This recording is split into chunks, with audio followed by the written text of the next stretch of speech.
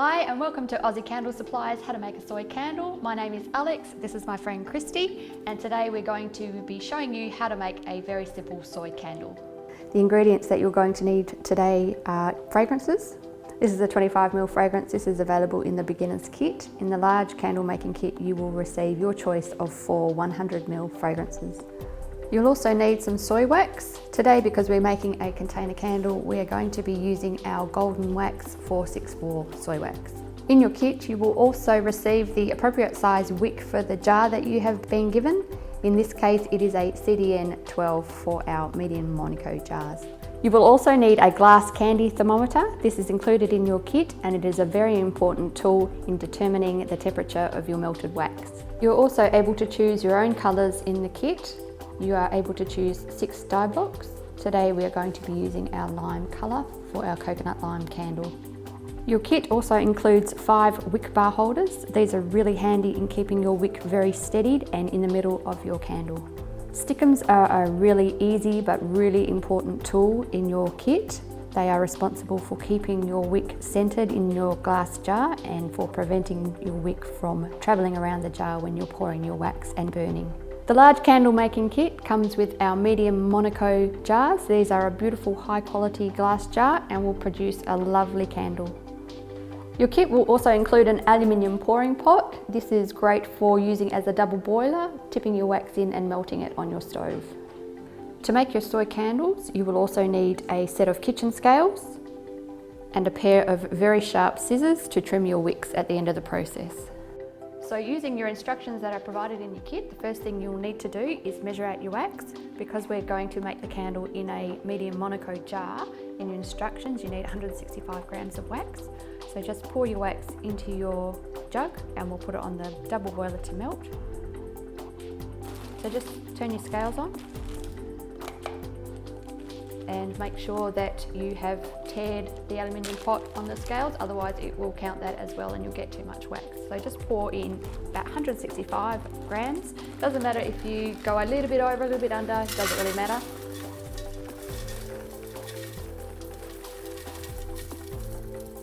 Perfect. Wonderful. Okay. So we've measured our wax into our aluminium pouring pot, so we just need to put that onto the double boiler. So put your pot actually inside the pot and start to boil it. Okay, sure. Perfect. So we'll let that just melt away. While that's melting, we will set up our jar and get that ready. Okay. So just pop the lid off. Yep, you'll need that. You'll need our wick, which is also in your kit. And there's the instructions what size you'll need. So take your wick sticker. Yep.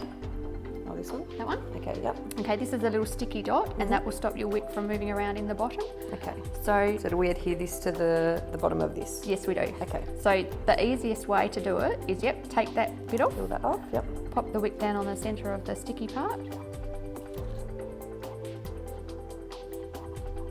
Okay, now lift both of them off.